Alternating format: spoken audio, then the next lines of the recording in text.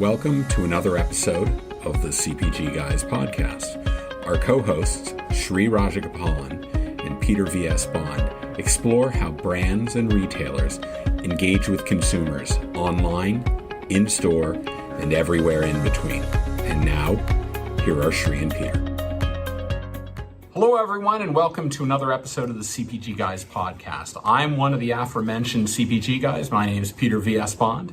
I'm also the Vice President of Retail Strategy at Power Reviews. As always, I am joined by my co-host, a CPG e-commerce luminary. He's an entrepreneur. He is the Brady to my Gronk, the Lewis to my Clark, the Nicholas to my Norman, and he's so famous he only goes by one name. He's right here with me today. Please join me in welcoming Shri. I was hoping to hear the shepherd to my Jones, but we'll live. Not gonna happen. Not gonna happen. It's been a pleasure doing this with you. Yeah. And thank you, Peter, for having me. Yeah, this is an exciting series. So this is the first part of our 5-part profitability series. Remember, we put out a survey on LinkedIn, and it was pretty decided from all the nearly 100 people. Yeah.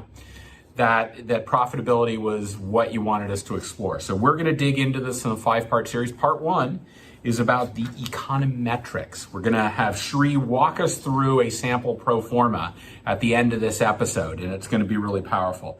We've got other episodes that are going to deal with media. They're going to deal with allowances, all of the wonderful things that go into this. But the first one is let's just get the numbers right out of the get-go. Sound good? Sounds like a plan. All right. So we're going to talk about a number of different things. We'll talk about what are the common issues and challenges that we see, the types of e-commerce profit and loss statements, P&Ls. We'll talk about the pro forma that Shri has created to really help, because a lot of people ask us, what are the components of the P&L? I don't even know. I've never done e-commerce before. We're going to get into that and really help them explain it. And we'll get into a deep discussion on what the line items are. Yeah. Line items. Sounds like a plan. All right. So without further ado, let's talk about what we're covering in each episode. Yeah, so we said this is going to be 5 episodes every Friday, October the 2nd, 9th, 16th, 23rd, and 30th. Pretty straightforward, where you can find them on the CPG Guys LinkedIn post. Mm-hmm. So this one, Peter's already covered, episode 1. I'll jump to episode 2. We're going to get into supply chain econometrics and opportunities. Yeah, great. So that's fulfillment. Episode 3, my favorite topic, media, above the line, below the line, SEM, SEO, content, who pays for what, things of that nature. Mm-hmm. Number 4, the kryptonite of large CPG, the D2C. D2C and the econometrics, including a pro forma P&L for D2C, which looks different from a customer 1P P&L, which we'll cover today. Yeah. And then finally, episode 5, which is all the different pieces of what goes into a trade allowance and what goes into trade deductions, what feels fair, where things need to transform in the industry, things of that nature. So that's our 5 episode. You can listen to any one of those 5 episodes based on your area of interest. We've purposefully divided into 5 topics. Yeah.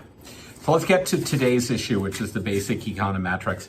We'd love to say that everything is just cut and dry and it's very easy, but there's some art to this science. And so what we wanted to just bring right out front and be very transparent about is what are kind of some of the common issues and challenges that you're going to face as you start to try and break down the econometrics. And we're going to address all these challenges and issues in the course of the 5 episodes. Yeah, we will. So first of all, what P&L is an accurate comparison or benchmark? This is always a challenge because a D2C P&L is not going to be the same as a traditional warehouse P&L. So how do we create some kind of a benchmark to see, are we performing as expected, better or worse? Which line item on P&L is the benchmark? This is a very important one, Peter, because people often use the wrong line item and benchmark it and say e-commerce is unprofitable. Yeah, that's the other thing, is you really need to understand what are the components to get, because it's just not the same as your standard through the warehouse business. Yeah. Who owns the P&L? That's a good one. Yeah. Good one. A lot of people think they own the P&L. There really can only be one owner. Yeah. And then this omni-channel P&L, right? It's not just, I don't have a single P&L for an omni-channel retail client. and my omnichannel business, I have to think about the different components and how each of them play into the overall mix of my P&L. Yep. Media seen as shopper marketing. What do you mean by that, Sri? So, who owns media? Yeah. We're going to address this in an upcoming episode in depth. When it's shopper marketing, is it really media? Is it more trade? To try and get to the bottom of that, give some examples and actually uncover who should own the shopper marketing. SEO, SEM, right? SEO, SEM, get to the bottom of it.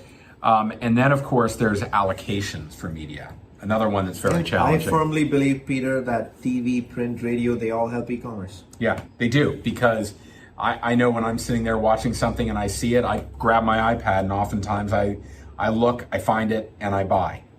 So attribution is critical there. Yep.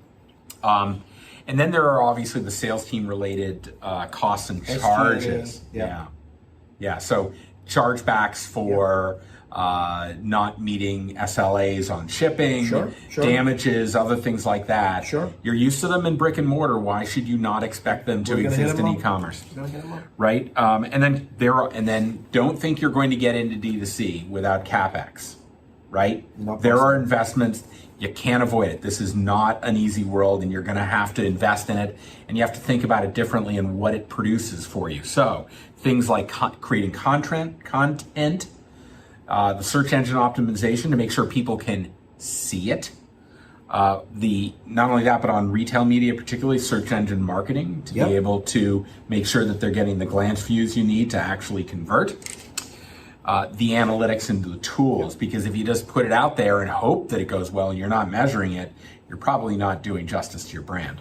Very true. The research that comes with that, and then ultimately the consulting that's needed. Yep, absolutely. Good. So why don't we kind of jump right into it, and a couple of things I want to address that we're probably not going to get into the weeds in any of these episodes. Okay. And those are who owns the P&L for e-commerce. Okay. This is a straightforward answer. It sits under commercial. Yep. Large part of this is going to be retail-based P&Ls, 1Ps, Amazon, Walmart, etc. If you try to pull it apart, you're going to break the ecosystem of harmony within the brand. So strong suggestion, recommendation from us. Yep. Leave it in the commercial side, aka sales. Yeah. The second one is who owns the omnichannel P&L. This is another debate that comes up. Should it sit on the e-commerce team? Should the Walmart team own the Walmart.com P&L? The answer is unequivocal. It sits with the Walmart team. Yeah, it does. Because the buyer is one at the end of the day, based on the announcement that came from Walmart in June. Yeah, they've combined. They follow Target suit, and they've combined their buyer for physical and digital. Absolutely. So it definitely belongs there. Absolutely. So let's move on to what are the types of e-commerce P&Ls, because all P&Ls are not born the same, and then let's talk about which one we're going to address today in the pro forma P&L. Okay. So the first one that comes to mind is the most common one for P&L, and the one that's used as a benchmark today is the Amazon P&L, or which most companies have already created one. Yep. So let's go through the pro forma of that one. Yep. But I call that the 1P P&L, and it's not going to look radically different between Amazon or any other pure play. Okay. The format is going to be the same. Okay. The second one is omnichannel P&L. This usually hides itself within the overall customer P&L of a Walmart or a CVS or a ShopRite or a Kroger. Okay. And it's difficult to pull it apart as a separate omnichannel line item, especially when you go to online grocery pickup. Those numbers today are not even reported by Walmart, the anecdotal information you get from merchandisers. In that sort of scenario, if you try to pull it out, very difficult to deal with. It's no different than when you look at something like Instacart, right? Yeah. They don't. The traditional media, selling tracking businesses of IRI and Nielsen, they report on the data that's being given them by the retailers. And if Instacart buys the product at Jewel or at Dominic, it's going to be reported as Jewel said. Yeah, exactly. It's going to be reported there. So I won't cover a pro forma of omnichannel, and the purposeful reason Peter and I chose to do that is so that y'all can follow the P&L of the existing customer model that you have in your company today. The third one is pure play. It's going to mirror Amazon. The fourth one is a 3P customer P&L. Okay. And what this means is you have chosen to work with a pharma packs to be or a deliverer or whoever or whoever and things of that nature. Yeah. and you're really treating them like a customer. They're buying bulk product from you, and it's no different than your pure play P&L. They just happen to operate and sell as a 3P, but they could very well just be an Amazon. Yeah. So it shouldn't matter. We're not going to cover that one because it should mirror a pure play P&L. Okay. The fifth one is 3P end-to-end ownership. That's going to mirror a D2C P&L. So refer over. The tactics may be slightly different, but the line items are not going to be radically different. Okay. So refer over to our D2C episode on profitability. Direct-to-consumer episode on profitability. For the 3P end-to-end ownership model. Okay. And then there's the 3PL where you might have partially outsourced, which is your fulfillment gets outsourced, or you're using an agency exclusively for marketing.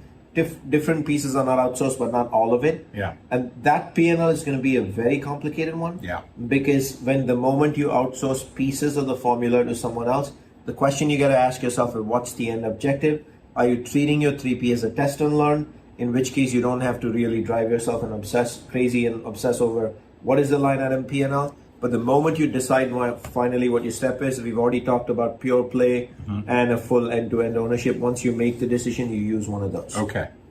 So D2C. Yeah. We've got a whole episode coming on this. There are many types of D2C, fully outsourced, partially outsourced, full ownership. We'll cover all of that in that ecosystem. Okay. Then you have a B2B business model. Wow, there are a lot. Oh, yeah. And they're all different. They are very different. B2B is particularly different from everything else we've talked about. Absolutely. Now, this is a very tricky one. Yeah. But most of the industry is not doing B2B. No. Because they're using retailers via dropped off product from warehouses into retail warehouses as the model. Yeah. Frito is an exception to B2B.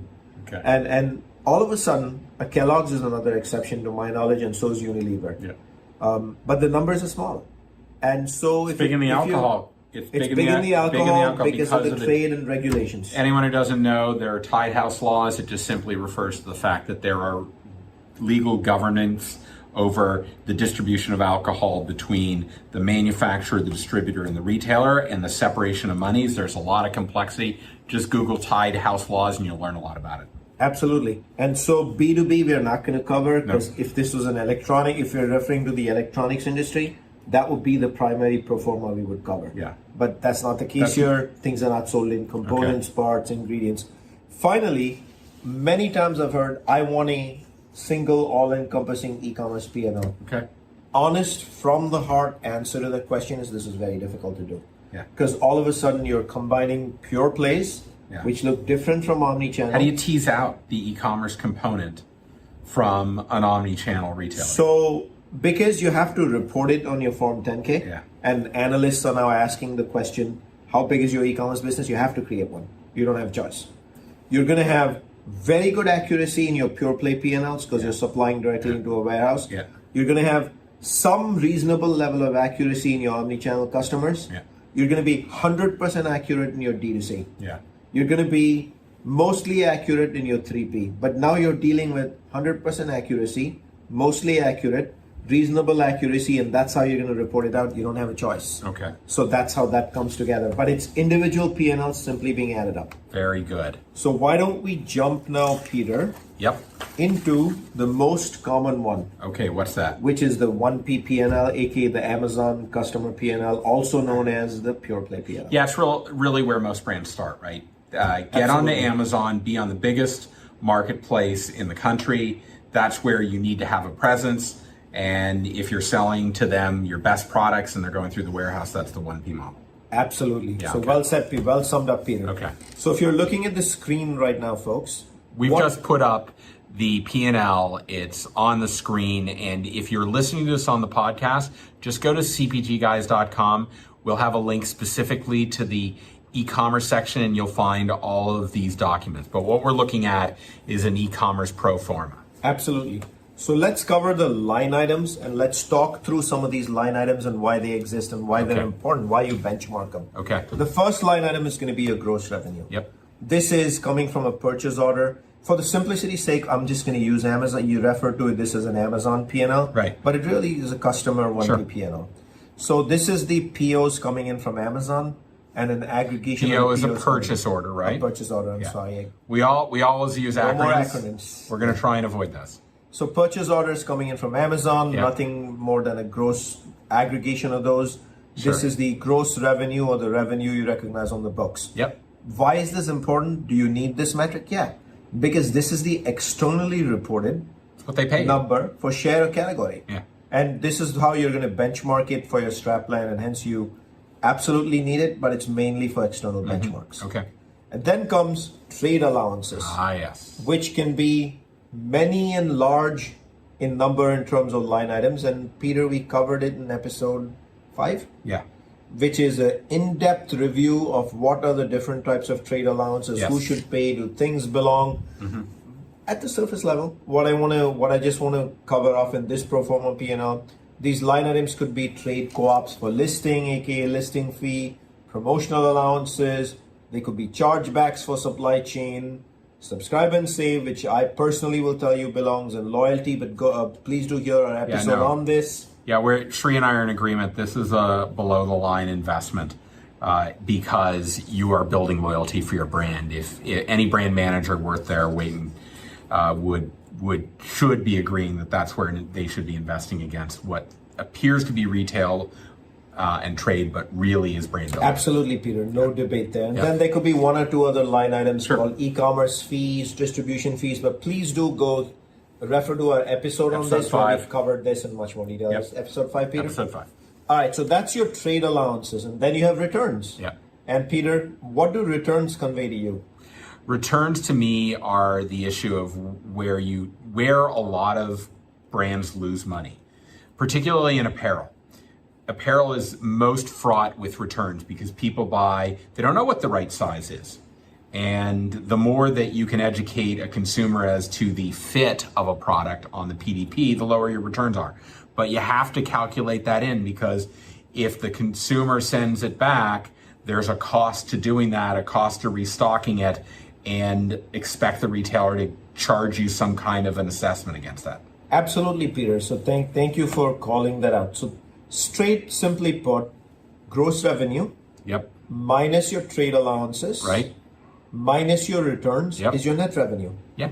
This is the single most important number on the P&L because this is what the sales team is going to be held accountable to, how growth will be measured, but it's a very internal number. Yeah. So this is a sales, I want to clearly call it out, sales internal measured number for Yep. success and what you're held to. Yeah. But the number externally that you're going to be measured to is the gross revenue. Yeah. So let's now jump to COGS, Cost of goods sold. cost of goods sold. Yeah. And there's a very interesting twist on e-commerce Do tell. because you find that long tails do very well on e-commerce because people are actually searching for them because they can't find them in store. And long That's why. tails have a unique story of very high profit margins, Yep. higher price points. Yep. So you're gonna find artificially in an e-commerce pure play P&L, your COGS are naturally gonna be lower. As a result of which your gross profit is gonna look- gonna appear higher. So I'm gonna put a little asterisk there and say, watch out for that. If you're suddenly seeing a greater gross profit, I don't see it as a celebratory moment. It's happening. There's still naturally. some things we have to take out of that number.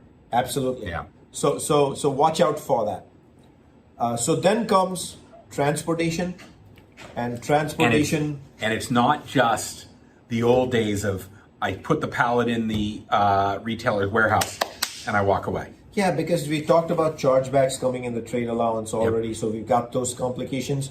But for your line item P&L pure play to compare it apples to Yeah. apples, what you should be looking at is exactly what you described. This is the transportation from manufacturing to your own To warehouse. the last mile. And no, not even Peter. Yeah. It's the transportation to the customer warehouse. Yes. Because the last mile is really done by Amazon over here. There you go.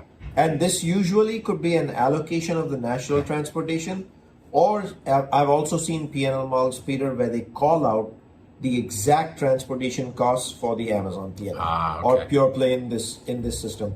But the right thing to do is an allocation of the national transportation, Okay. because supply chain is a shared resource. Okay. Then comes the e-commerce, travel and entertainment. This, unfortunately, is SG&A, which is salary, wages. There's usually separate lines. So travel and entertainment, the e-commerce team in its initial growth phases. Do we still entertain in this virtual world we're living in? Unfortunately, no. No. Or fortunately, no. So there's got to be savings there. I would Big hope savings. so. I would hope so. But that line item for an e-commerce team is going to be a little disproportionately larger than other teams. Why? Because most other customer teams are in the home territory of the customer. And so there's a lot of travel. Headquarters. Yeah. So there's a lot of travel, and you got to go support the field. Yeah. There's some international travel. There's conferences. So another asterisk, it's going to artificially show a higher percent of the P&L. Fair enough. So watch out for that. But as the numbers grow up top, gross revenue, net revenue, they should improve. Yeah.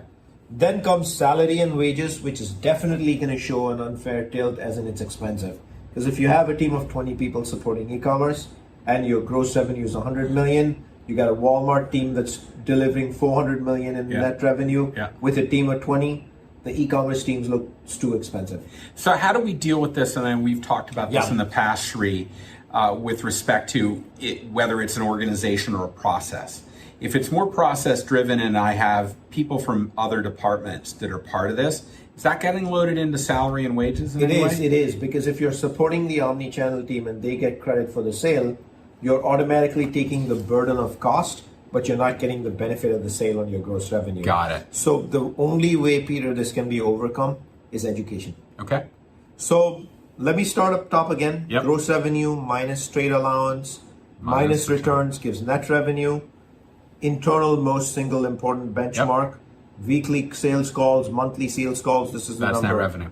You minus COGS. You may have an artificially inflated gross profit because of long tails.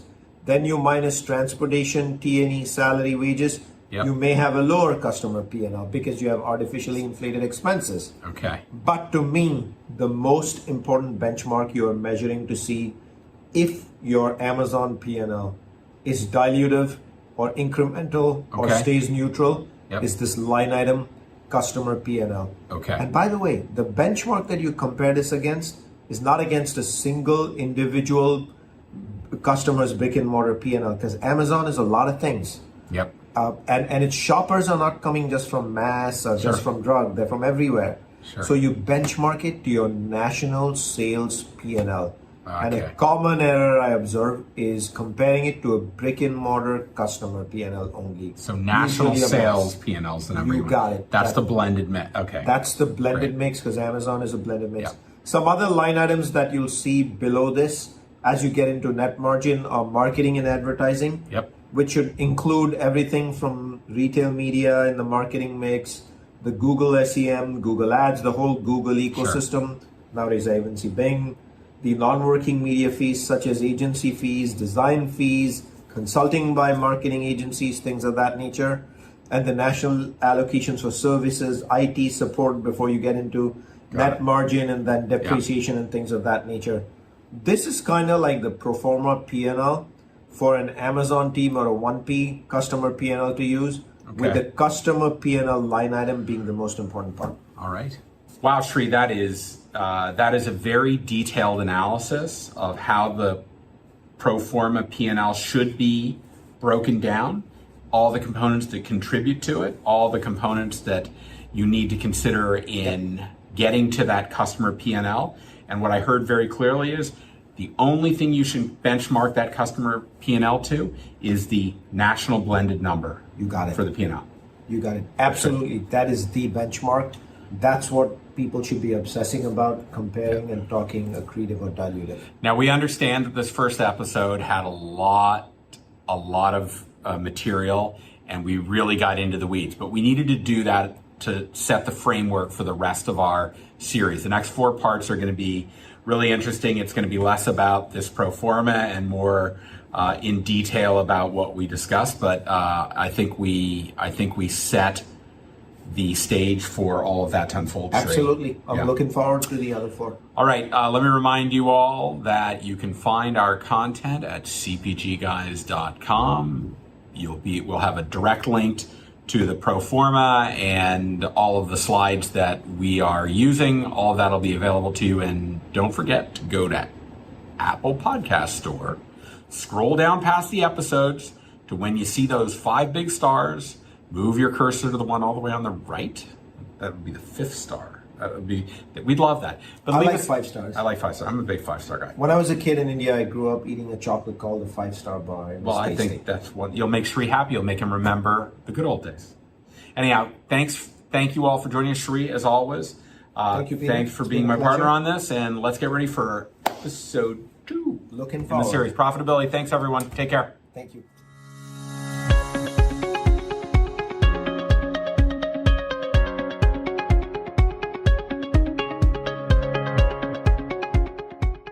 The content in this podcast episode is provided for general informational purposes only. By listening to our episode, you understand that no information contained in this episode should be construed as advice from CPG Guys LLC or the individual author, hosts, or guests, nor is it intended to be a substitute for research on any subject matter. Reference to any specific product or entity does not constitute an endorsement or recommendation by CPG Guys LLC. The views expressed by guests are their own, and their appearance on the program does not imply an endorsement of them or any entity they represent. The views expressed by CPG Guys LLC do not represent the views of their employers or the entity they represent. CPG Guys LLC expressly disclaims any and all liability or responsibility for any direct, indirect, incidental, special, consequential, or other damages arising out of any individual's use of, reference to, or inability to use this podcast or the information we present in this podcast.